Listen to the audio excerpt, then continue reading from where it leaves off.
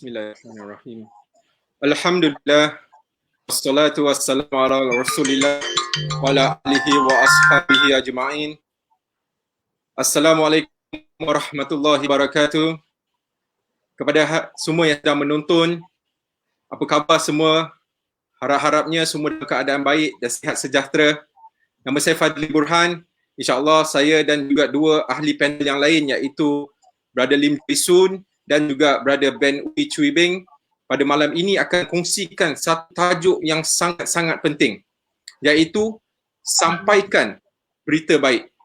Apabila kita sebut tentang berita baik, apa yang kita maksudkan? Kalau kita lihat dalam Al-Quranul Karim, iaitu berita baik ini adalah tentang ke mana kita akan pergi sebagai seorang Muslim selepas kita meninggal dunia. Jadi, dari itu, adakah kita yang tahu bahawa Allah Subhanahu Wa Taala yang telah menjanjikan bahawa sesiapa beriman kepada Allah Subhanahu Wa Taala, beriman kepada Rasul-Rasul dan juga pada hari akhirat, Allah telah janjikan untuk orang itu, orang Islam itu, jannah. Dan kita tahu, nikmat yang paling terbesar sekali bagi seorang manusia adalah untuk mencapai Jannatul Firdaus. Dan kalau lihat, kita yang diberi oleh Allah Subhanahu Wa Taala hidayah untuk menjadi seorang Muslim, malah kita juga diberikan satu anugerah yang sangat-sangat besar sejak daripada lahir lagi. Kita ini insya-Allah peluang masuk syurga itu Allah pun ada. Tetapi di luar sana, mungkin jiran kita ataupun kawan kerja kita ataupun kenalan kita, mereka lagi dalam kesesatan dan mereka lagi belum kenal ataupun belum tahu siapa itu Allah, siapa itu Nabi Muhammad sallallahu alaihi wasallam yang kita cintai dan kita rindui. Mereka juga tidak tahu apa isi kandungan Al-Quranul Karim dan mereka juga tidak tahu bahawa ada disediakan jannah ataupun syurga di akhirat nanti. Jadi insya-Allah topik pada hari ini kita akan membincangkan bagaimana kita nak menyampaikan berita baik ini kepada kawan-kawan kita yang bukan Islam. Dan saya mengajak semua yang sedang menonton, silalah share dan kongsikan video ini, semoga orang lain juga dapat manfaat dari menontonnya. Dan sekiranya anda mempunyai soalan untuk diajukan kepada ahli panel kita, bolehlah tinggalkan soalan anda di ruangan komen insya-Allah. Kami ingin tahu juga anda sedang menonton di mana dan jelas tak video kami yang sedang kami buat live ini. Sila tinggalkan komen insya-Allah. Baik, saya teruskan dengan memperkenalkan ahli-ahli panel kita, iaitu tidak lain dan tidak bukan seorang pendakwa yang terkenal di Malaysia dan juga telah berjaya menganjurkan banyak program-program untuk orang-orang Islam untuk turut serta dalam kerja-kerja dakwah, dan beliau juga merupakan pengasas bagi Interaktif Dakwah dan Tarbiyah Association, iaitu Brother Lim Chui Sun yang di bawah skrin ini. Dan di sebelah saya pula adalah saudara Ben Wee, yang merupakan pengarah operasi bagi IDT Cawangan di Penang. Dan juga, beliau juga giat aktif dalam kerja-kerja menyampaikan dakwah kepada orang yang bukan Islam. Baik, saya ingin memberitahu semua yang sedang menonton bahawa mereka dua ini, kalau kita nampak pun mata tak sama macam orang Melayu. Mata dua-dua sepet. Dan mereka ini nampak sangatlah mereka ini bukan lahir dalam keadaan Islam. Namun Allah Subhanahu Wa Taala telah memberikan hidayah kepada mereka dan mereka telah memeluk agama Islam dan kini giat aktif dalam menyampaikan Islam itu kepada masyarakat yang lain. Persoalannya di sini, kita yang lahir Islam ini, sejauh manakah telah kita pergi ataupun kita laksanakan kerja-kerja dalam menyampaikan dakwah Islamiah. Allah Subhanahu Wa Taala berfirman di dalam surah Al-Imran, surah ketiga ayat ke-19, iaitu inna dinna indallahi Islam. Sesungguhnya satu-satu agama yang diterima oleh Allah Subhanahu Wa Taala adalah Islam. Jadi, kalaulah kita mahukan Islam itu, kita cintakan Islam itu untuk diri kita sendiri, hendaklah sama-sama saya menyeru semua yang menonton untuk terus share video-video ini supaya orang yang lain dapat mendapat manfaat daripada menonton, dan insya-Allah kalau sekiranya seseorang itu dapat mengambil ilmu dan dia mengamalkan ilmu itu disebabkan anda share video ini, anda juga dapat ganjaran dia secara percuma, insya-Allah. Baik, tanpa melengahkan masa, saya nak terus pergi ke soalan yang pertama yang saya akan ajukan kepada Brother Lim Jui Sun. Kita dengar istilah iaitu bukan Islam ataupun belum Islam, atau dalam bahasa Inggeris dia non-Muslim or not yet Muslim. Jadi saya ingin bertanya kepada Brother Lim untuk memberikan sedikit pencerahan apa bezanya di antara dua istilah bahasa ini. Silakan, tafadhal mashkura. Bismillahirrahmanirrahim. Assalamualaikum warahmatullahi wabarakatuh. Apa khabar semua? Alhamdulillah, soalan yang menarik. Bukan Islam atau belum Islam, non-Muslim or not yet Muslim. Dalam Islam, Allah Subhanahu Wa Taala ingatkan kita, suruh kita panggil orang dengan nama yang mereka suka. Panggil mereka nama yang mereka selesa. Bukan panggil mereka yang nama yang mereka tak suka. Dan kalau kita lihat dua perkataan ini, mana satukah perkataan yang orang bukan Islam lebih selesa? Saya gunakan English punya perkataan, mungkin lebih senang nak cerita. Non-Muslim, kalau kita lihat satu dunia hari ini, orang-orang yang bukan Islam, mereka akan gelar diri sebagai non-Muslim. So satu dunia orang tak ada masalah dengan perkataan non-Muslim. Tapi kalau kita gunakan perkataan not yet Muslim, macam mana? Dia begini. Kalau kita pergi satu majlis yang bukan Islam punya majlis, okey, dan ada sedikit orang Islam di situ. Dan orang bukan Islam tu kata, "Oh, we are very grateful today. We have some not yet Christian here, or not yet Buddhist here, or not yet Hindu here."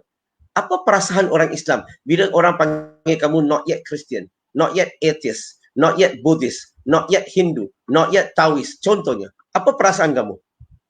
Kalau saya bagi diri saya rasa orang Islam mesti rasa tak selesa. Because kita panggil not yet.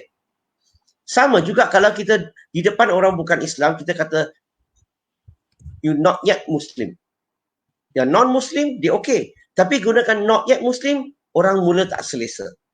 So kalau kita tak suka orang panggil kita not yet Christian, not yet Hindu, not yet Buddhist, not yet atheist atau dan sebagainya, sama juga kita janganlah gunakan perkataan not yet Muslim terhadap orang bukan Islam.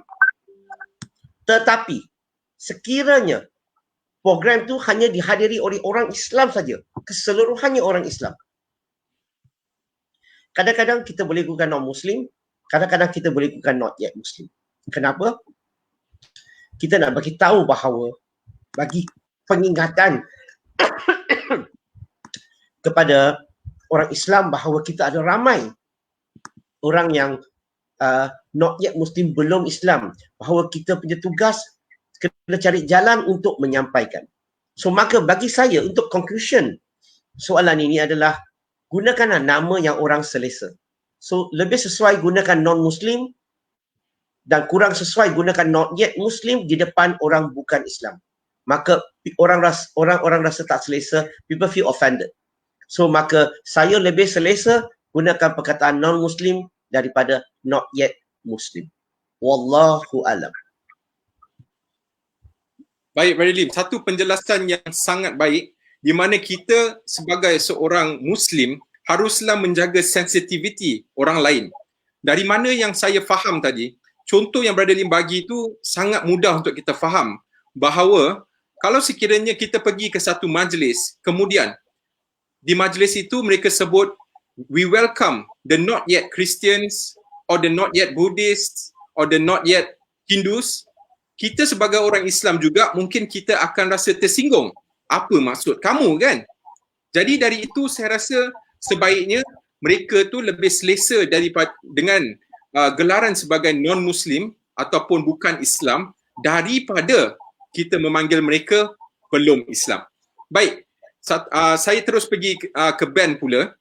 Saya nak tanya Ben, selepas memeluk Islam lebih kurang 2 tahun yang lalu, apakah usaha-usaha dakwah yang telah Ben lakukan di Penang untuk menyampaikan Islam kepada masyarakat umum? Silakan. Okay, bismillah, alhamdulillah. Selepas saya memeluk agama Islam, usaha yang kami menjalankan untuk menyampaikan dakwah adalah ada beberapa cara. Yang pertama yang kita punyai yang di IDT adalah salah satunya adalah toll free.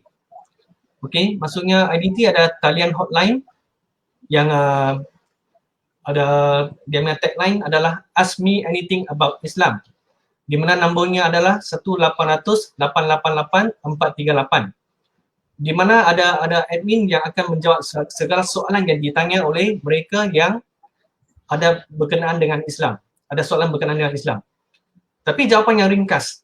Okey, selepas itu kami akan cuba mendapatkan nombor telefon atau email dan mengajak mereka untuk berjumpa di IDT supaya boleh menjelaskan dengan lebih lanjut dan dengan lebih details.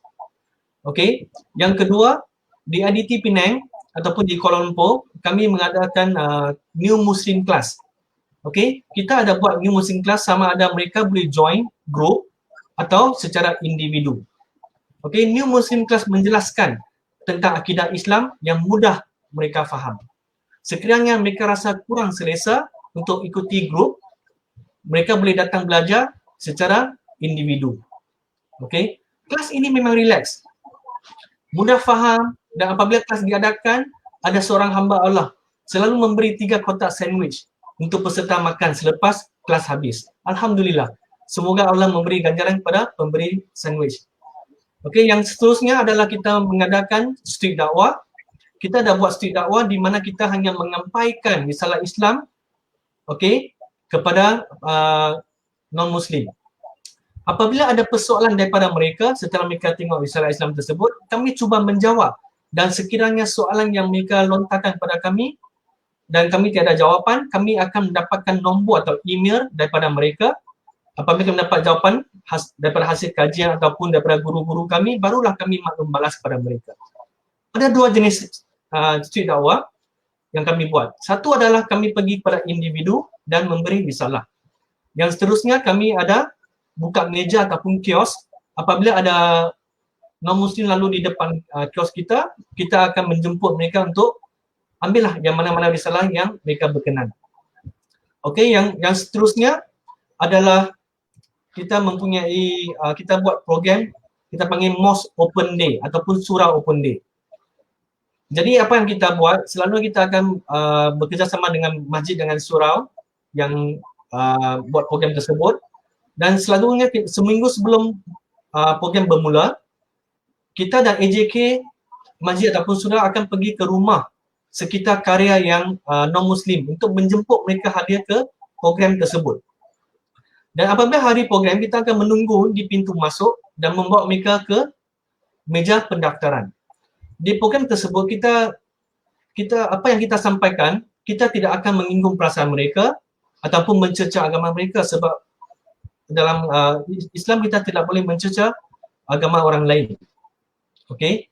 Lepas tu kita akan jelaskan kepada mereka kenapa kita ambil wuduk sebelum kita solat, kenapa ada saf, kenapa ada khutbah, kenapa ada imam, maksud azan, maksud syahadah. Dan selepas penjelasan dan apabila tibanya waktu solat fardu, kebanyakan daripada mereka pun ambil wuduk bersama kami dan menunaikan solat. Mereka ingin cuba nak tahu apa yang kita buat dalam masjid tersebut.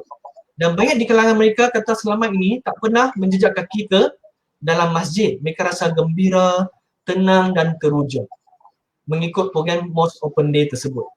Dan saya berharap kesemua masjid pun akan mengikut membuat program sedemikian untuk mengantuni non-Muslim supaya mesej Islam sampai kepada mereka, insya-Allah. Dan di akhir program sebelum jamuan makan, kita akan hadiahkan kepada mereka Quran penterjemahan supaya mereka dapat membaca kalam Allah, dan saya doakan semoga Allah memberi hidayah kepada mereka. Wallahu a'lam. Mike, brother Afad. Baik, satu perkongsian yang sangat baik. Saya rasa kita sebagai umat Islam, kita perlu mengambil satu inisiatif di mana kita mempunyai niat dalam menyampaikan Islam itu kepada orang lain. Sebenarnya kalau kita lihat, menyampaikan dakwah ini ada banyak pelbagai cara yang kita boleh buat. Antaranya ialah seperti Ben kata tadi, melibatkan diri dalam program street dakwah. Antara secara pasif ataupun secara aktif. Dan yang nombor dua, Ben kata tentang open mosque day. Bayangkan kalaulah setiap karya di setiap tempat yang mempunyai masjid membuka pintu masjid mereka untuk menganjurkan program-program di mana orang bukan Islam boleh datang dan belajar Islam ataupun datang untuk faham tentang Islam.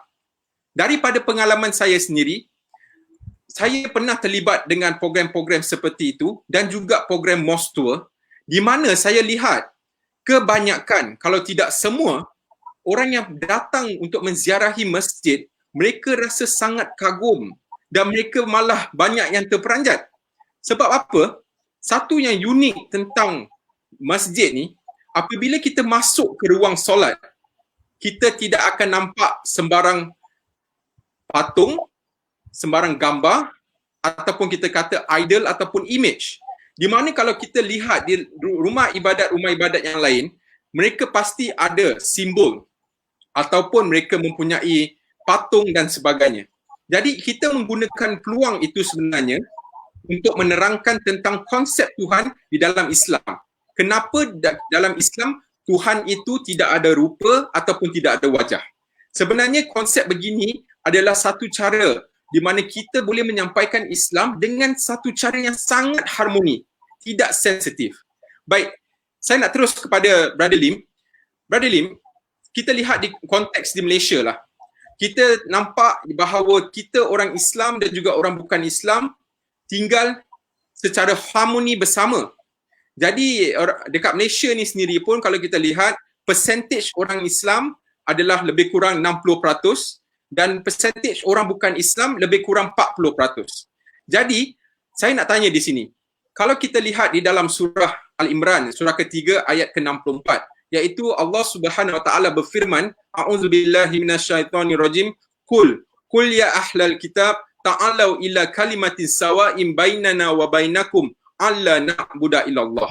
Allah Subhanahu Wa Taala berfirman, iaitu katakanlah kepada ahlul kitab, datanglah pada persamaan antara kami dan kamu, yakni kita menyembah Tuhan yang Esa. Jadi kebanyakan pendakwah mereka menggunakan ayat ini untuk bermaksudkan kita harus menjelaskan ianya adalah satu perintah daripada Allah Subhanahu Wa Taala untuk memberitahu orang lain tentang agama Islam itu sendiri. Jadi, adakah konteks di Malaysia ini sesuai untuk kita menggunakan perbandingan agama dalam menyampaikan dakwah? Silakan Brother Lim. Alhamdulillah, soalan yang menarik yang saya jarang-jarang orang bertanya sedemikian, sama ada perbandingan agama sesuai tak di Malaysia. Bagi diri saya, yang pertama, kita kena faham satu perkara. Dakwah ni, dia kena buat mengikut keadaan. Brother Fadli baca ayat Quran tadi, surah Al-Imran, surah yang ketiga, ayat 64. Qul ya ahli kitab, katakanlah kepada ahli kitab, ta'alau ila kalimatin sawa'in bainana wa bainakum. Marilah kepada kalimah yang persamaan antara kami dan kamu. Yang di sini Allah suruh kita cari persamaan. Allah bukan suruh kita cari perbezaan. So bila kita sebut perbandingan agama, ramai di kepala otak mereka ni belakang ni mempunyai persepsi kita nak banding. Kita nak tunjukkan kita lebih baik, dia lemah. Kita punya benar, dia punya batil. So kalau perbandingan sedemikian, biasanya tak tahan lama. Friendship pun akan hilang. Allah tak suruh kita bincang perbezaan. Allah tak suruh kita mula dengan perbezaan. Allah suruh kita mula dengan persamaan. Dan saya selalu cakap dengan kawan-kawan Islam, kenapa agak lama saya fikir soalan ini, kenapa Allah suruh kita cari persamaan? Kalau cakap perbezaan kan senang, kita boleh hantam saja. Contoh, sebenarnya hikmahnya adalah cari persamaan, kita boleh sentiasa berbincang, tukar-tukar pandangan. Tapi kalau ada yang perbezaan, saya galakkan adalah agree to disagree agreeably. Kita hormat apa yang dipercaya. Dan kalau kita lihat, kenapa Allah suruh kita cari persamaan, sebenarnya kalau kita lihat hikmahnya adalah, contoh ya, contoh.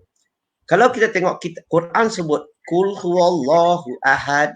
Katakanlah Allah itu tunggal, Esa, Ahad. Dan kalau kita tengok kitab-kitab dunia hari ini, banyak di kalangan kitab-kitab dunia ada sebut tentang Tuhan yang tunggal, Tuhan yang Ahad, Tuhan yang Ahud, Tuhan yang Ahad. So, kalau kita cari persamaan, dia punya kitab sebut Tuhan yang tunggal, Quran sebut Tuhan yang tunggal. Ada masalah tak? Tak ada masalah. Tetapi hikmahnya adalah kelebihan kepada Islam. Kenapa? Sebab Quran sebut tunggal, kitab dia sebut tunggal, contoh. Tetapi kepercayaan mereka tunggal ke lain. Nampak tak? So, mungkin di situlah boleh bantu mereka berfikir. Yang kedua, bila kita bincang perbandingan agama, kita punya niat ni, kita nak share, nak exchange view, nak tukar-tukar pandangan.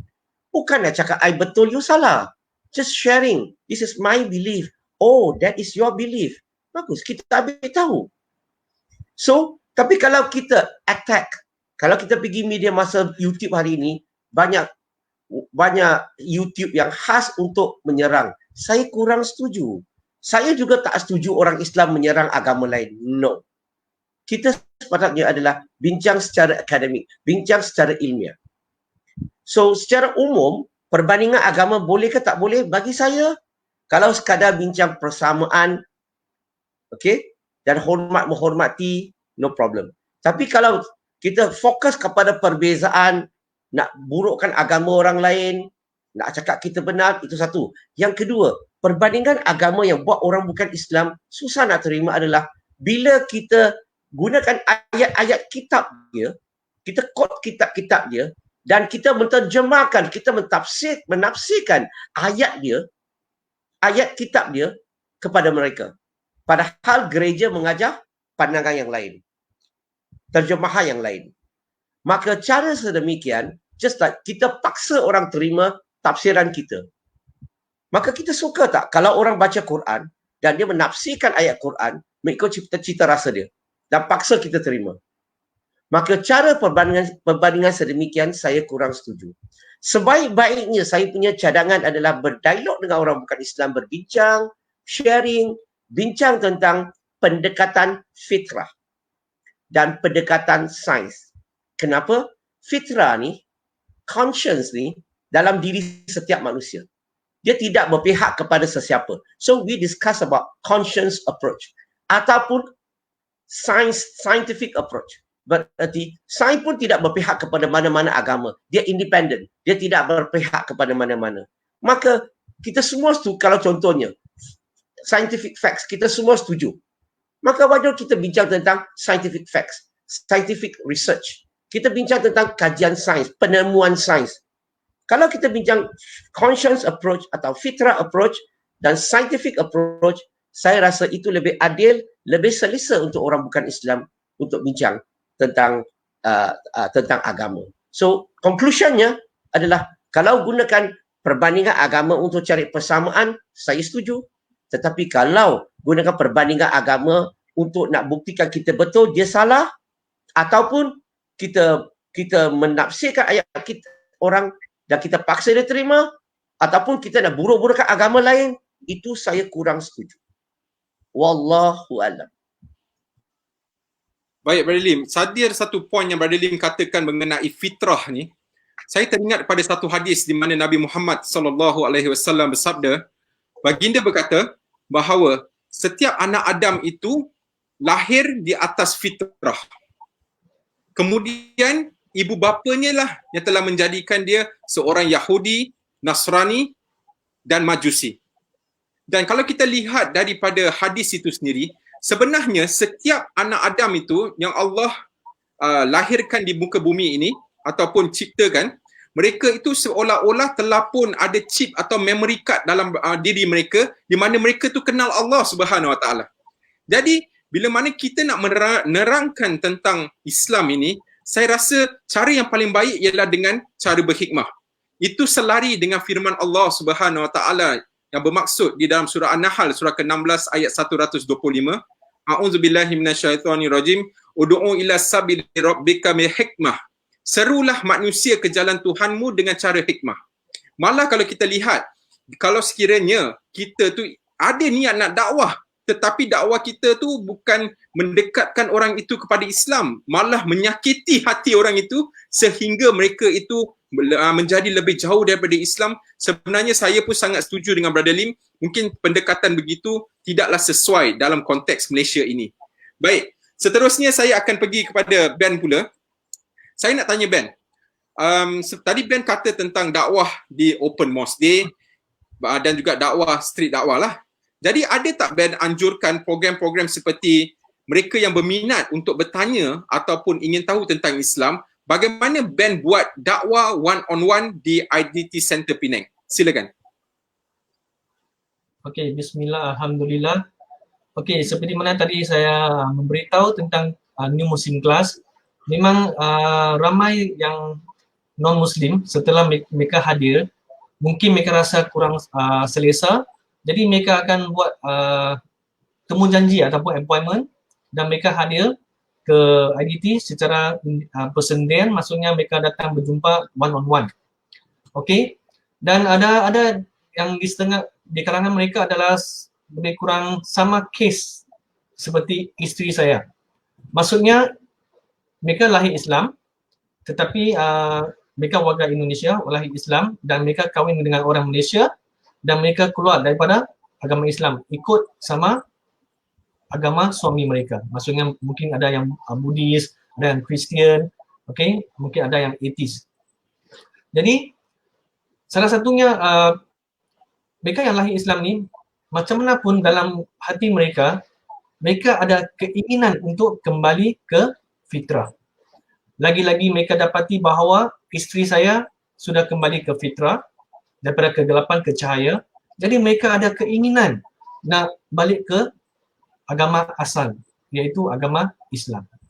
Jadi apa yang kami buat, bila kami berjumpa dengan dia, saya memang setuju dengan penjelasan daripada Brother Lim dan juga Fadil Burhan, sebab kita memang kena cari persamaan dan kita tidak boleh memburukkan agama sembahan mereka. Tak kisahlah Buddha ke Kristian. Sebab memang Allah melarang.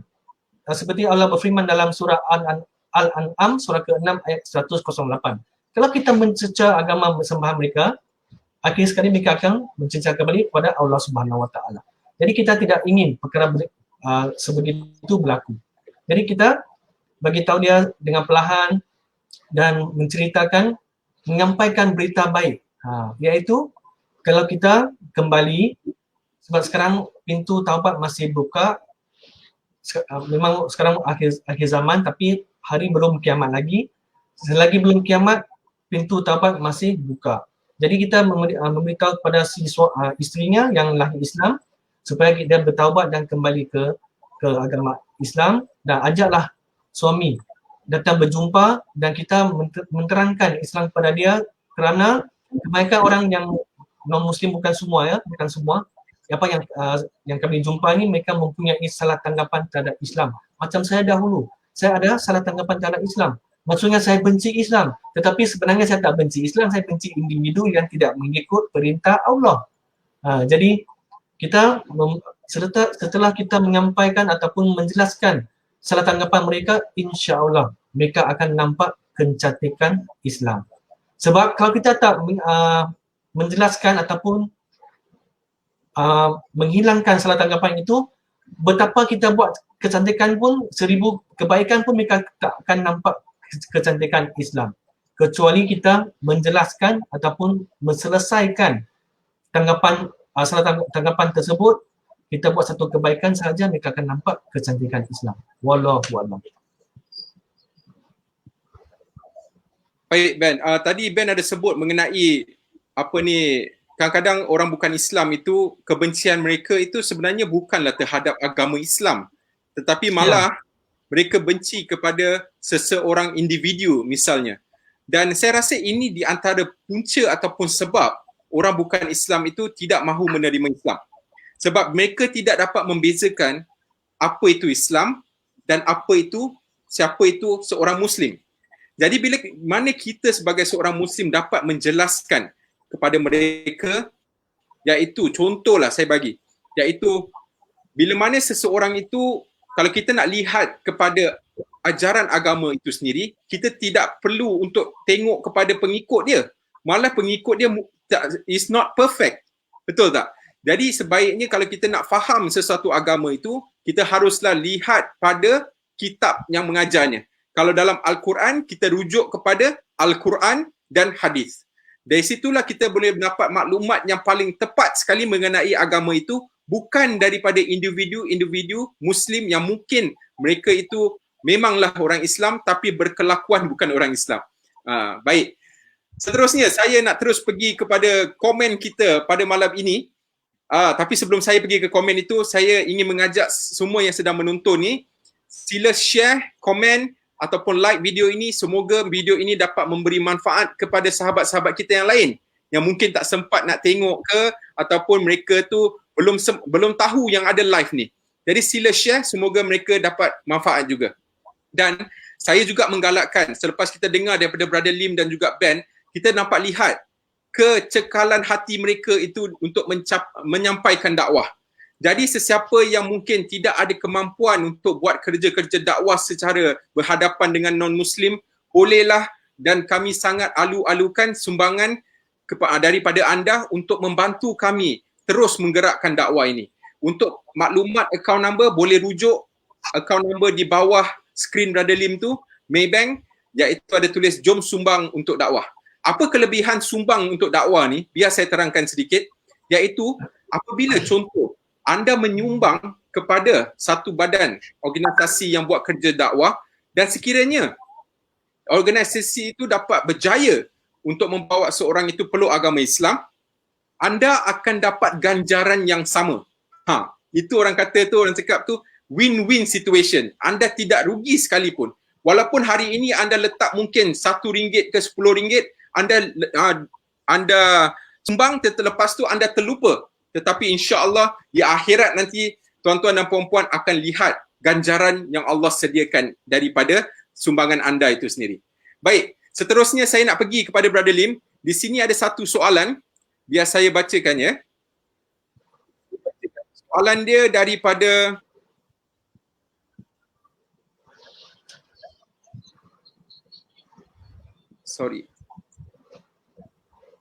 daripada Hassani Zurkanain.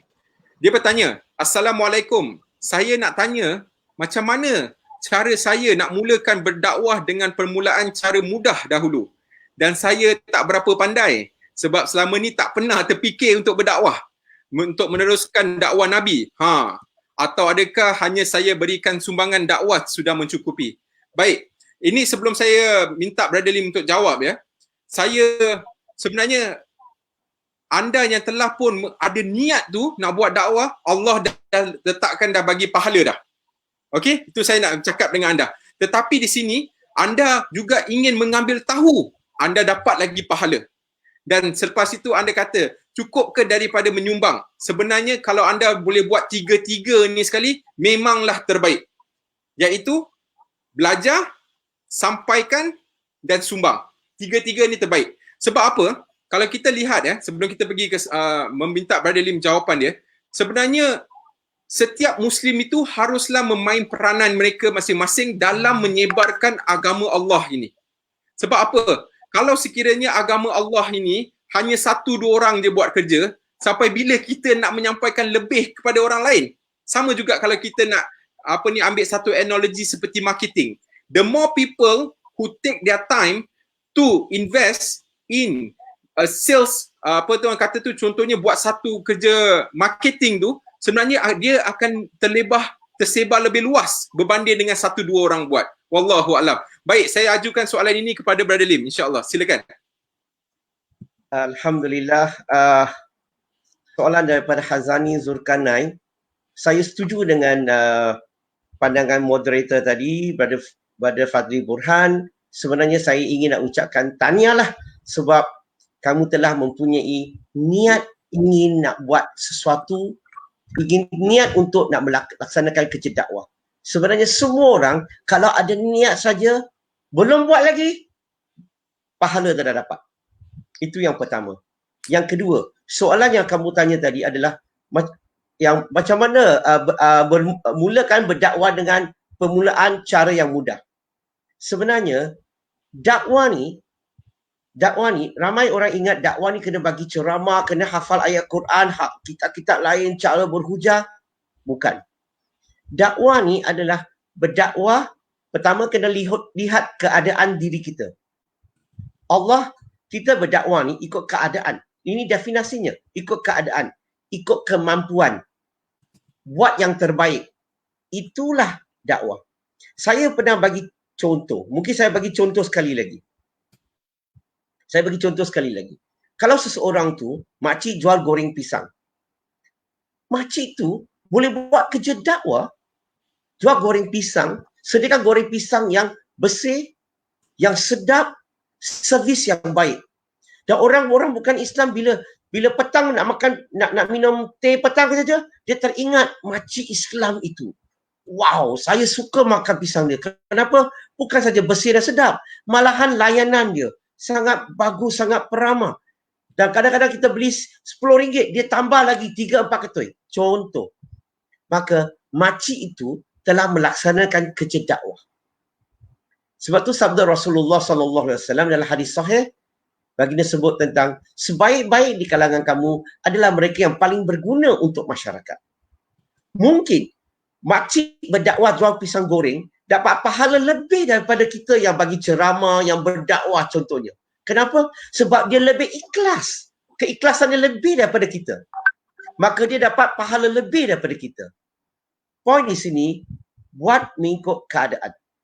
Sahabat, saya tak tahu latar belakang kamu. Contoh, kalau saya anggap kamu ni seorang, kamu berniaga contohnya. Kamu boleh berniaga, okey? Berniaga sambil berdakwah. Sebab orang yang berniaga, orang Islam yang jujur berniaga, orang yang ikhlas berniaga, di akhirat nanti dia akan dekat dengan Nabi Muhammad sallallahu alaihi wasallam. So bila kita sebut tentang terkeluar sedikit perbincangan, Brother Fadli, can you help me again? Okay, baik. Tadi soalan yang saya ajukan ialah bagaimana kita boleh seperti yang dia komen tadi, iaitu cara yang paling mudah untuk kita menyampaikan dakwah kepada orang lain. Adakah mencukupi hanya dengan belajar, berdakwah ataupun cukup dengan menyumbang?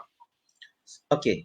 Alhamdulillah. So kalau kita nak buat dakwah yang mudah, yang mudah, pertama ingat buat ikut keadaan. Jangan banding kita dengan orang pendakwa-pendakwa lain. Tetapi kita boleh anggap mereka sebagai idola, kita boleh belajar. Tetapi jangan ingat kita mesti mau jadi macam dia. Be yourself. Be yourself. Kalau kita boleh jadi seorang usahawan yang baik, seorang pekerja yang baik, itu dakwah. Dan dakwah akan lebih berkesan kalau kita pergi mengikuti kursus intensive training. You see, intensive training ni, bila ikuti kursus ini, kita boleh dengar, belajar, itu ilmu. Tetapi yang start kedua ni, you kena ada sentiasa berbincang dan diperbaiki. Step yang ketiga, you kena ikut on the job training. Berarti kalau contohnya kalau saya sedang berdakwah kepada non-muslim, lebih baik kalau boleh kamu duduk di sebelah dengar macam mana saya bercakap, macam mana saya berhujah. Bayangkan kalau kamu dapat duduk 30 kali. Saya percaya selepas ini saya serahkan seorang non-muslim, kamu tahu apa mau cakap. So, selain daripada itu, ikuti kursus.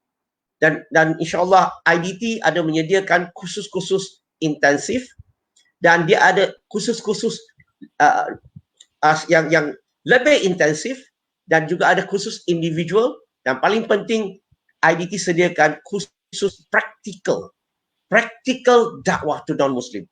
So itu yang kedua. Yang last kali, kalau kita nak berdakwah, mulakan dakwah yang mudah yang kita boleh buat punya. Macam sahabat sebut tadi, mungkin saya sekarang ni hanya boleh salurkan sedikit wang untuk membantu kerja-kerja dakwah. Sebenarnya saudara, bila kamu melaburkan sedikit kewangan dalam jalan Allah, yang pertama Allah janji ganjaran 700 kali ganda. Surah Al-Baqarah, surah kedua ayat 261. Dalam hadis sebut tentang unta merah, tentang seluruh alam dan seisinya. Yang saya dah sebut di sini, bila kita keluarkan sumbangan ini, IDT melaburkan, IDT menjalankan kerja dakwah untuk kamu. Itu satu cara. Tetapi kalau kita boleh terlibat, mungkin kita akan dapat lebih pahala. Sebab kita sendiri boleh sampaikan. Tak perlu tunggu orang IDT untuk buat. Maka itulah sedikit pandangan saya. Nak mudah, ilmu lebih banyak, dakwah lebih mudah. Lagi banyak kita menguasai ilmu, lagi mudah dakwah itu. Sebab apa? Sebab kita nak, non-Muslim ini dia ada satu program kat otak dia. Satu kepercayaan pegangan. Kalau kita nak dakwah kat dia, kita punya program mesti lebih kuat daripada program dia supaya kita boleh reprogram pemikiran dia, kefahaman dia. Wallahu alam. Alhamdulillah, terima kasih Brother Lim atas penjelasan tadi. Saya harap dapat menjawab soalan kepada saudara kita yang telah meninggalkan komen tadi. Alhamdulillah. Baik, Brother Lim ada sentuh satu poin yang mungkin saya nak tambahkan sedikit, bahawa Nabi Muhammad sallallahu alaihi wasallam bersabda, sekiranya seseorang itu kamu berjaya membawa masuk Islam, ianya lebih baik daripada seekor kunta merah, ataupun dalam hadis yang lain, lebih baik daripada dunia dan segala isinya. Subhanallah. Itu adalah satu ganjaran yang sebenarnya sangat-sangat besar. Di mana kalau kita lihat baru saja kita buat siri program live ini, ada beberapa orang non-Muslim yang menghubungi page IDT selepas menonton video kami ni. Jadi ada seorang hamba Allah itu, Allah telah pun memberi dia hidayah. Alhamdulillah, Allahu Akbar. Semua yang baik itu datang daripada Allah. Hidayah daripada Allah. Jadi bayangkan sesiapa yang menyumbang ataupun siapa yang menjadi asbab dia itu dapat menonton video ini, orang yang share ke ataupun orang yang sumbang ke ataupun orang yang menyampaikan kepada dia tu dapat ganjaran yang sama. Sedang bayangkanlah tuan-tuan dan puan-puan yang sedang menonton, anda ni semua ibarat middleman. Sekiranya anda menjadi sebab seseorang itu memeluk agama Islam disebabkan share, sumbang ataupun menyampaikan, anda insya-Allah akan dapat ganjaran seperti mana yang Nabi Muhammad sallallahu alaihi wasallam bersabda. Baik. Saya nak terus kepada Ben. Ben, biasanya lah saya difahamkan Ben telah pun berjaya dengan izin Allah Subhanahu Wa Taala bawa lebih daripada 30 orang masuk Islam dalam tempoh hanya 2 tahun selepas memeluk agama Islam. Itu satu pencapaian yang sangat-sangat besar. Saya percaya kalau siapa-siapa yang sedang tonton ni, kalau saya tanya, sepanjang hidup anda telah menjadi seorang Muslim, berapa orang yang anda berjaya bawa masuk Islam? Itu satu soalan yang saya pun tanya kepada diri saya sendirilah. Jadi Ben, Alhamdulillah dengan izin Allah, Allah telah memberi hidayah dan kepada orang-orang ini dan lebih daripada 30 orang telah masuk Islam dengan Ben. Jadi boleh tak Ben kongsikan apakah di antara sebab-sebab seseorang itu memeluk agama Islam? Silakan. Okay, bismillah, alhamdulillah, segala puji bagi Allah. Hanya Allah yang memberi hidayah kepada mereka, tugas kita hanya menyampaikan. Okey, kebanyakan orang yang datang kepada kami adalah berikut. Kemungkinan salah satunya sebab mungkin dia sudah dakwah sudah disampaikan oleh orang lain. Okey, dan mereka sudah ada niat nak masuk Islam. Alhamdulillah, kan? Lepas tu mungkin dia ada satu sebab ataupun satu soalan yang belum pernah dapat jawapan. Contoh, macam saya dahululah saya ada dua soalan. Satu boleh katakan mak ke, yang kedua kalau mak dan ayah boleh duduk bersama ke. Jadi apabila kita dapat jawab soalan tersebut dan dia amat puas hati, maka dia pun melafazkan dua kalimah syahadah. Itu salah satulah. Lepas tu, dan sekarang ni adalah zaman moden, tuan-tuan dan puan-puan sekalian yang sedang menonton live ini. Sekarang zaman moden, kita mempunyai platform yang amat bagus sekali. Platform Facebook, Instagram, WhatsApp dan sebagainya. Kita boleh gunakan platform ini untuk menyampaikan dakwah juga. Kita boleh menyampaikan mungkin daripada ayat-ayat Quran dan mungkin ayat-ayat daripada hadis Nabi Muhammad SAW. Kita tak tahu. Mungkin daripada ayat tersebut mereka membaca, so tiba-tiba Allah bagi hidayah kepada dia, kan? Dan apabila mereka dapat hidayah tersebut, dan mereka akan mencari jawapan. Lepas tu mungkin mereka akan jumpa dengan pendakwa ataupun ustaz, haji ke haja, orang yang ada ilmu, mungkin ada orang yang tak ada ilmu. Dan orang yang tak ada ilmu pun kita kena berhati-hati sebab apa? Bila ada orang tanya soalan, kalau kita tak tahu jawab, lebih bagus jangan jawab. Jangan kita asalkan goreng saja. Nanti mereka akan lagi mempunyai salah tanggapan dan mempunyai tanggapan yang negatif terhadap Islam. Dan sebaik-baiknya kalau kita dapat soalan yang kita tak mampu nak jawab, tiada jawapan, kita pergi mengkaji ataupun kita pergi tanya kepada ustaz yang mempunyai ilmu ataupun kepada cikgu-cikgu kita dan kita bagi tahu jawapan yang ringkas dan dia mudah faham. Jangan kita merumitkan, jangan kita bagi tahu dalam bahasa Arab, dia langsung tak faham. Jadi yang penting kita menyampaikan macam tajuk pada malam ini, menyampaikan kabar berita yang baik kepada mereka. Itu yang mereka ingin dengar dan kita dah bagi jawapan yang jelas, mudah faham dan menyentuh hati mereka. Dan selebihnya kita serah kepada Allah, kita meminta kepada Allah supaya memberi hidayah kepada mereka dan selamatkanlah mereka untuk kembali ke fitrah ataupun daripada kegelapan ke cahaya. Lepas tu Cikgu Wong ada komen di sini, Brother Lim, Brother Pan dan Brother Fadil Bohan. Awal tahun depan saya akan bersara daripada bidang perguruan. Alhamdulillah. Syukur pada Allah. Jadi bagaimana saya nak join jadi pendakwah secara full time? Adakah saya kena jalani latihan dan kursus tertentu? Alhamdulillah Cikgu Wong, IDT memang mengalu-alukan Cikgu Wong untuk datang ke center untuk belajar, menghadiri kursus yang dianjurkan oleh IDT sebab IDT ada banyak kursus tentang dakwah dan perbandingan agama dan banyak lagi. Jadi tahun depan saya boleh bergerak bersama-sama dengan Cikgu Wong, kita boleh pergi buat street dakwah, mosque open day, dakwah rumah ke rumah dan sebagainya. Wallahualam. Tahniah Cikgu Wong. Alhamdulillah. Okey, baik. Terima kasih Ben. InsyaAllah kita sangat menggalakkan Cikgu Wong untuk join kami. Masya Allah, saya pernah berjumpa dengan Cikgu Wong ni. Cerita dia masuk Islam ni pun sangat unik ya. Di mana dia ada mempunyai seorang sahabat baik yang seorang Muslim yang terus menerus menyampaikan Islam kepada dia. Cikgu Wong ni kalau tak silap saya dia dalam lingkungan umur 40-an, penghujung 40-an hingga awal 50-an lah. Jadi apabila dia dapat mesej Islam itu, dia yakin dan percaya Islam itu adalah agama yang benar.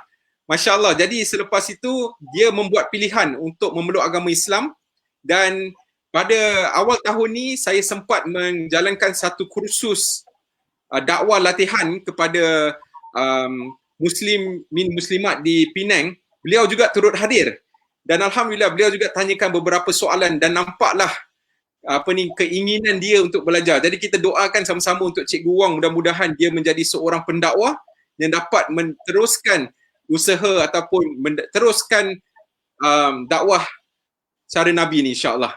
Baik. Amin. Baik, seterusnya Brother Lim, kita mempunyai satu soalan lagi daripada Maybell Chai. Soalan dia begini Brother Lim. biar saya sharekan di sini ya, iaitu adakah dakwah memerlukan ilmu yang cukup? Sebab takut tak jawab soalan di luar pengetahuan kita, contohnya nak berdakwah kepada family kita. Baik, silakan Brother Lim. Bismillah, Alhamdulillah. Terima kasih Mabel Chai punya soalan. Okey, adakah memerlukan ilmu yang cukup? Sebenarnya syarat untuk berdakwah dalam Islam adalah Nabi sebut dalam Sahih Bukhari, iaitu menyampaikanlah Islam menyampaikanlah satu ayat, walaupun kamu sampaikanlah satu ayat. Okey? Menyampaikanlah walaupun kamu tahu satu ayat. Just convey one message. If you know one ayat about Muhammad SAW, about Islam, convey, sampaikan. Walaupun kamu tahu satu ayat. So syarat untuk semua orang menyampaikan dakwah adalah minimum satu ayat. Dan saya percaya semua orang Islam secara umumnya mampu nak menyampaikan dakwah. Dan perlu tak kita mempunyai ilmu yang banyak yang cukup? Ilmu yang lebih, dakwah akan lebih mudah. Ilmu yang kurang mungkin akan menghadapi sedikit cabaran. Contoh, kalau dia tanya soalan, kita boleh jawab dengan meyakinkan, maka dakwah tu jalan lebih baik dah. Tetapi kalau dia tanya soalan, ilmu kita kurang, kita tak mampu jawab, itu tidak menghalang kita tak boleh berdakwah. Apa yang kita perlu buat adalah cakap dengan dia, sahabat, kamu tanya soalan yang menarik. Kamu tanya soalan yang bagus. Kamu tanya satu soalan yang saya tak pernah terfikir, tak pernah dengar. Tapi sebabkan soalan tu begitu unik sekali, saya pun tak pasti tentang jawapan tu. Boleh tak bagi sedikit masa untuk saya tanya orang yang pakar? Sebab saya ni pun bukan orang yang mahir, tapi saya boleh tanya, saya ada kenalan beberapa orang yang pakar dan saya dapatkan jawapan, kemudian saya tanya mereka, dapatkan jawapan dan saya akan sampaikan kepada kamu. So, di situlah kita sebenarnya indirectly, okay, sebab kita kata kita tak tahu, kita cari jawapan. Sebenarnya pertama, orang tu bukan Islam akan lebih respect kita. Kenapa? Sebab pertama, kita tak goreng. Jangan lupa, hari ini Muslim tanya soalan, bukan dia tak tahu. Dia boleh search, dia boleh Google dulu. Dia boleh baca dulu. So, artinya dia datang bukan kosong. So, bila kita berdakwah, kita jangan goreng.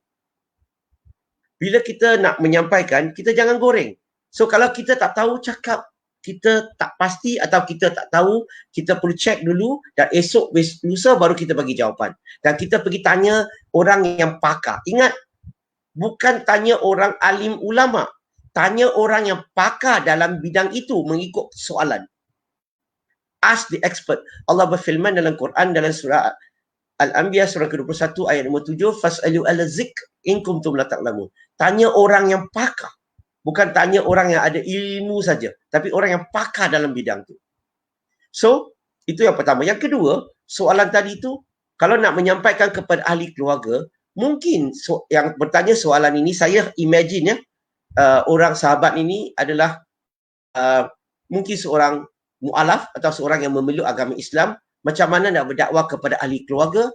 Bagi saya, kalau kita masuk Islam, okay, kalau kita nak berdakwah kat rumah, cadangan saya kita kena faham ibu bapa kita mula-mula bila kita masuk Islam dia sudah tak puas hati, mungkin dia tak selesa, mungkin dia tak suka dah.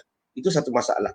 So, point di sini adalah nak dakwah keluarga sebaik-baiknya banyak dengar, kurang cakap. Kadang-kadang ada satu kata-kata dipanggil picture speak for 1,000 words. Ini silence speak for million words. Berarti kita lebih kepada diam. Bagi saya lebih kepada action daripada cakap. Itu untuk permulaan. Beberapa tahun mula lebih kepada action. Macam mana? Kita jadi anak yang baik. Kita banyak berjaga keluarga, banyak menyumbang, banyak membantu. Bila kita begini, mereka dapat lihat diri kita. Okey? Kalau kita tabiat lama yang lama minum ke, judi ke dan sebagainya, kita sudah berhenti.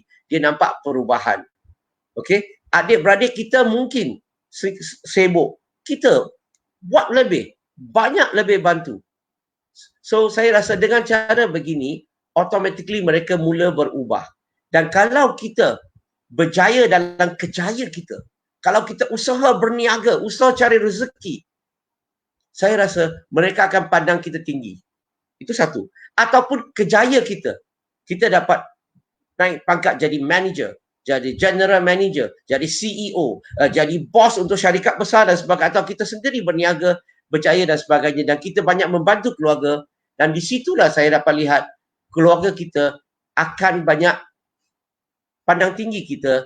Maka bila mereka mula bertanya soalan, bila kita berjawab, mudah untuk mereka terima.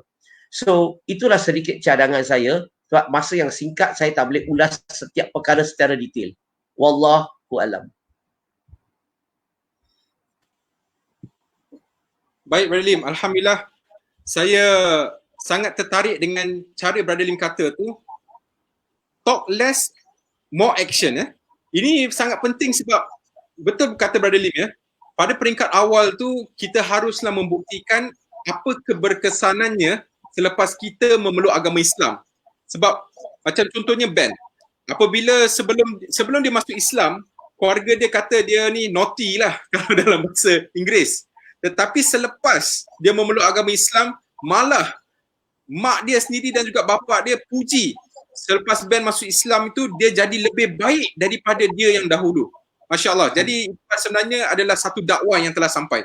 Dan saya juga menggalakkan kepada saudara-saudara baru yang mungkin sedang menonton, janganlah putus asa. Sebab kita tahu mungkin kita yang lahir Islam ni kita tak terasa sangat.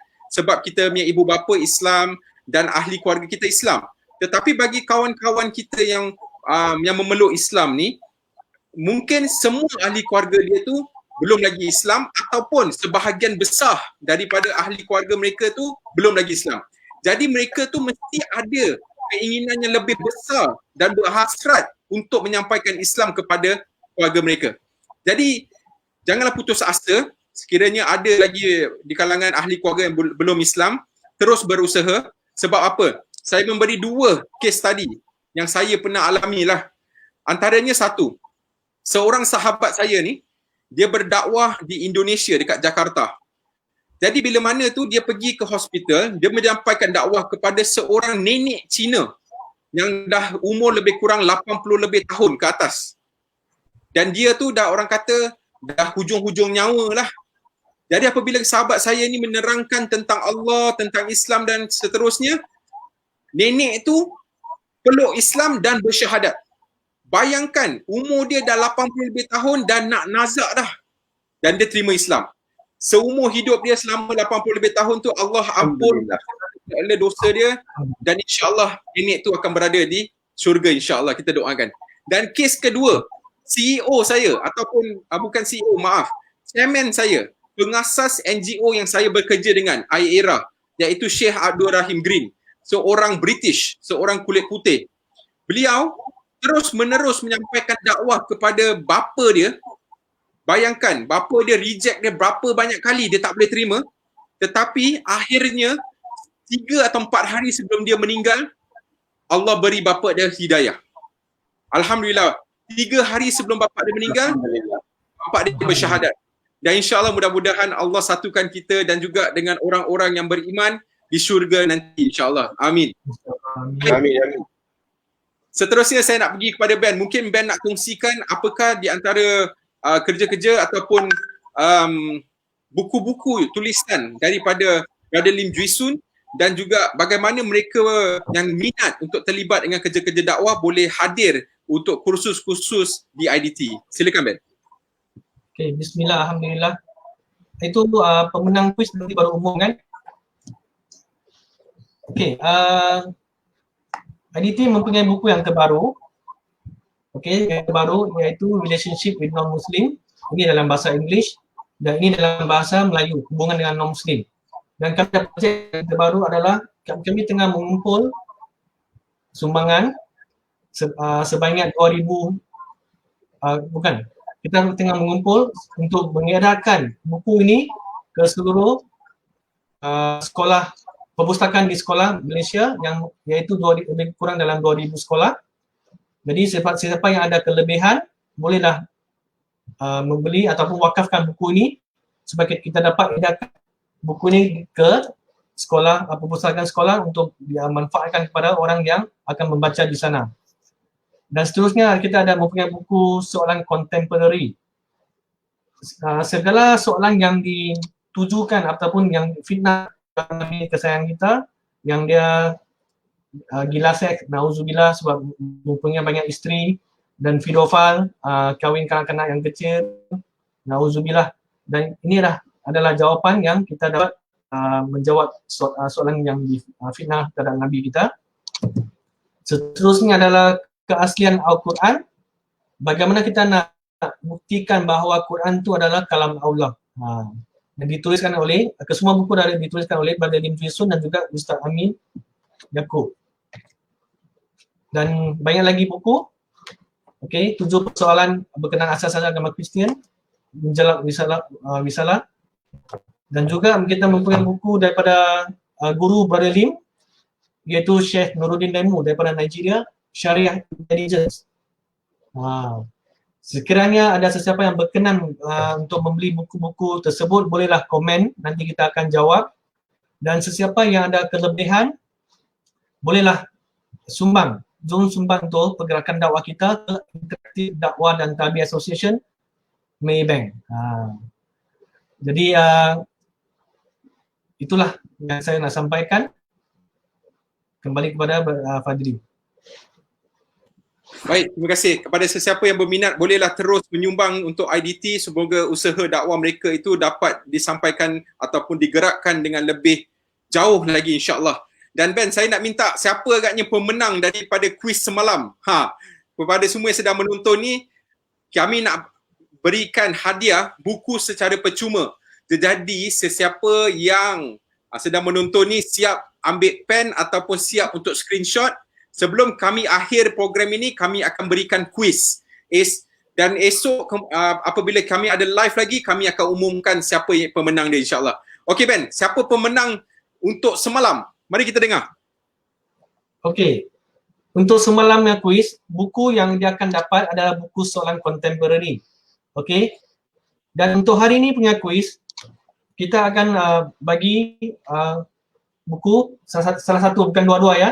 Kalau berminat dalam English, bagi kita English. Kalau berminat dalam bahasa Melayu, bagi kita bahasa Melayu, kita akan kirimkan kepada pemenang. Okey, jangan lupa kalau ada berlebihan, bolehlah wakafkan buku ini supaya kita boleh letak di seluruh sekolah perpustakaan, insya-Allah. Kalau okey, pemenang semalam kuis adalah jeng jeng jeng, ada muzik tak? Okey, pemenang adalah Muhammad Syaril. Alhamdulillah. Muhammad Syaril, alhamdulillah. Muhammad Syaril nanti komen ataupun personal message saya, bagi tahu alamat, kita akan kirimkan buku kepada anda, insya-Allah. Tahniah Muhammad Syaril. Okey, baik. Terima kasih Ben. InsyaAllah kita teruskan dengan soalan terakhir pada malam ini, insyaAllah. Soalan ini datang daripada ruangan komen juga, dan saya nak minta Brother Lim untuk jawab soalan ini sebab beliau berkata bahawa Brother Lim dan juga Brother Ben dahulunya pernah berasal daripada agama Kristian dan kemudian peluk agama Islam. Dan di antaranya mengatakan bahawa dalam agama Kristian itu juga sendiri ada menerangkan tentang berpuasa. Memandangkan kita dalam bulan puasa ni kan. Jadi minta Brother Lim untuk memberi sedikit penjelasan bab ini, insya-Allah. Silakan. Bismillah, alhamdulillah. Soalan yang baik nak tanya saya mengenai tentang agama Kristian. Dulu saya memang pernah beragama Kristian selama 14 tahun. Dan betul ke dalam Bible ada mengatakan bahawa mesti wajib berpuasa? Dalam Bible tidak sebut perkataan wajib, tetapi dalam Bible hanya dia ada cerita tentang nabi-nabi. Nabi Musa alaihissalam, Nabi Harun alaihissalam, Nabi Isa alaihissalam, nabi-nabinya berpuasa. Mereka berpuasa. Kalau kita baca in the book of Luke chapter number 4 verse number 2, verse number 1 to number 5 lah, kalau nak baca keseluruhan, Jesus Christ, he fasted for 40 days. Artinya dia berpuasa 40 hari. Dia tak makan, tak minum daripada pagi hingga petang. So dia berpuasa 40 hari. Seperti yang disebut dalam Quran dalam surah Al-Baqarah ayat 183, yang bermaksud Allah telah fardukan kita untuk berpuasa, Allah telah wajibkan kita berpuasa, dan puasa ini juga diwajibkan oleh kaum-kaum sebelum kita. Dan jelas bila kita tengok Nabi-Nabi sebelum ini, mereka berpuasa sampai Nabi Muhammad SAW, kita juga berpuasa. So, tapi kalau nak sebut tentang kewajipan, perkataan tu tidak sebut dalam Bible. Hanya adalah diamalkan oleh Nabi-Nabi semua tu. Tapi kenapa Kristian hari ini tak amalkan? Itu saya tak boleh komen. Itu mungkin mereka mempunyai kepercayaan, mempunyai hujah yang tertentu. Kita kena hormat. Tetapi ada diamalkan oleh Nabi-Nabi. Yang paling penting, Isa alaihissalam sendiri, dia berpuasa selama 40 hari. Wallahu a'lam. Alhamdulillah, terima kasih Ibrahim atas penjelasan tadi. Harap dapat menjawab soalan daripada saudara kita Fazlan Fihir ya. InsyaAllah, sebenarnya kalau kita lihat di dalam Al-Quran pun, Allah Subhanahu Wa Taala berfirman di dalam Al-Quran bahawa puasa ini juga telah disyariat kepada orang yang terdahulu sebelum kamu. Jadi orang terdahulu sini termasuklah juga para anbiya, para umat-umat sebelum yang beriman kepada Allah Subhanahu Wa Taala. Baik, satu saya rasa perkongsian pada malam ini sangat banyak ilmu yang dapat kita pelajari. Betul tak? Setuju tak siapa yang sedang menonton? Dan saya rasa untuk kita meneruskan usaha dakwah ni, kita perlulah mempertingkatkan ilmu kita untuk menyampaikan Islam. Bayangkan, subhanallah, saya sebelum kita lanjutkan insya-Allah lagi beberapa minit ni, saya nak mengajak tuan-tuan dan puan-puan bersama dengan saya. Kita renungkan kisah Nabi Muhammad sallallahu alaihi wasallam. Baginda apabila syariat untuk menyebarkan Islam itu sampai kepada baginda tidak pernah lelah, tidak pernah mengadu, tidak pernah pula mengaku kalah. Atas sebab apa? Ingin menyelamatkan manusia daripada azab yang sedang menanti mereka yang tidak beriman kepada Allah. Namun, sayang sekali apabila Islam sampai kepada kita, kesedaran dakwah kepada orang lain itu mungkin sangat-sangat kurang. Ataupun malah, kalau semalam saya buat poll, saya bertanya, pernahkah anda menyampaikan Islam kepada orang lain?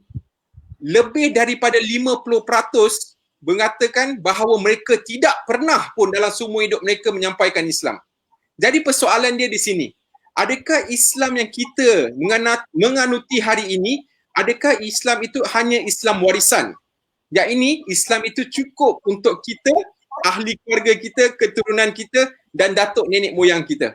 Jadi saya sangat menggalakkanlah sahabat-sahabat yang sedang menonton, sama-samalah kita maju dan terus majukan lagi kerja-kerja dakwah ni. Semoga orang lain juga dapat kemanisan iman, dapat juga peluang untuk masuk syurga insya-Allah.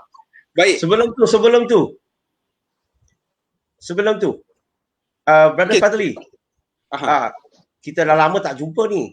Saya tahu kamu dah baru-baru ni pergi lama kat Filipina. Boleh tak share sedikit apa yang kamu buat di Filipina dan apa yang berlaku di Filipina? Saya rasa pendengar-pendengar atau orang yang tonton ni juga ingin tahu kerja-kerja yang kamu laksanakan di Filipina. Okey, baik. Berlim, insya-Allah saya akan kongsikan sedikit sebanyak tentang apa yang saya buat di Filipina, iaitu baru-baru ni kami dijemput untuk pergi ke satu kampung yang terletak di Matupe di Kepulauan Mindanao dekat San Fernando. Di sana kalau kita tahu masyarakat orang Filipina ni, mereka itu majoriti, hampir 90% daripada mereka adalah beragama Kristian. Jadi dalam kesempatan itu alhamdulillah tim kami iaitu outreach specialist kami yang di Philippines telah mengorganiskan satu program di mana kita pergi melawat satu kampung yang ulu sekali di atas pegunungan. Dan di situ kebanyakan mereka berbeza sedikit sebab mereka tu macam ibarat orang asli dekat Malaysia. Iaitu mereka tidak beragama ataupun mereka itu animisme. Percaya kepada roh, percaya kepada benda-benda yang spiritual ataupun spirits ya. Jadi dari itu alhamdulillah dalam kesempatan tu kami sempat menyampaikan Islam kepada mereka, dan pada bulan Januari itu alhamdulillah dengan mesej yang telah disampaikan oleh orang-orang tempatan ataupun pendakwa-pendakwa tempatan daripada tim kami, hampir semua penduduk kampung tu memeluk agama Islam. Dan alhamdulillah ini semua datangnya daripada Allah Subhanahu Wa Taala.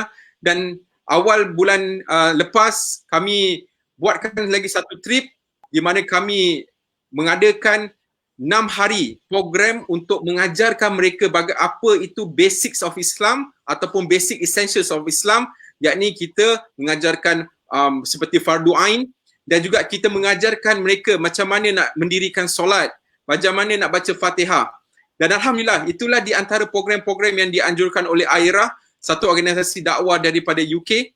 Dan apabila kita dapat syahadat ni tuan-tuan dan puan-puan, sangat penting kita harus faham dan harus tahu bahawa dakwah itu dia bukanlah hanya bermula daripada menyampaikan seseorang itu Islam dan dia bersyahadat, tetapi dakwah itu juga perlu ditekankan selepas syahadat tu, what's next?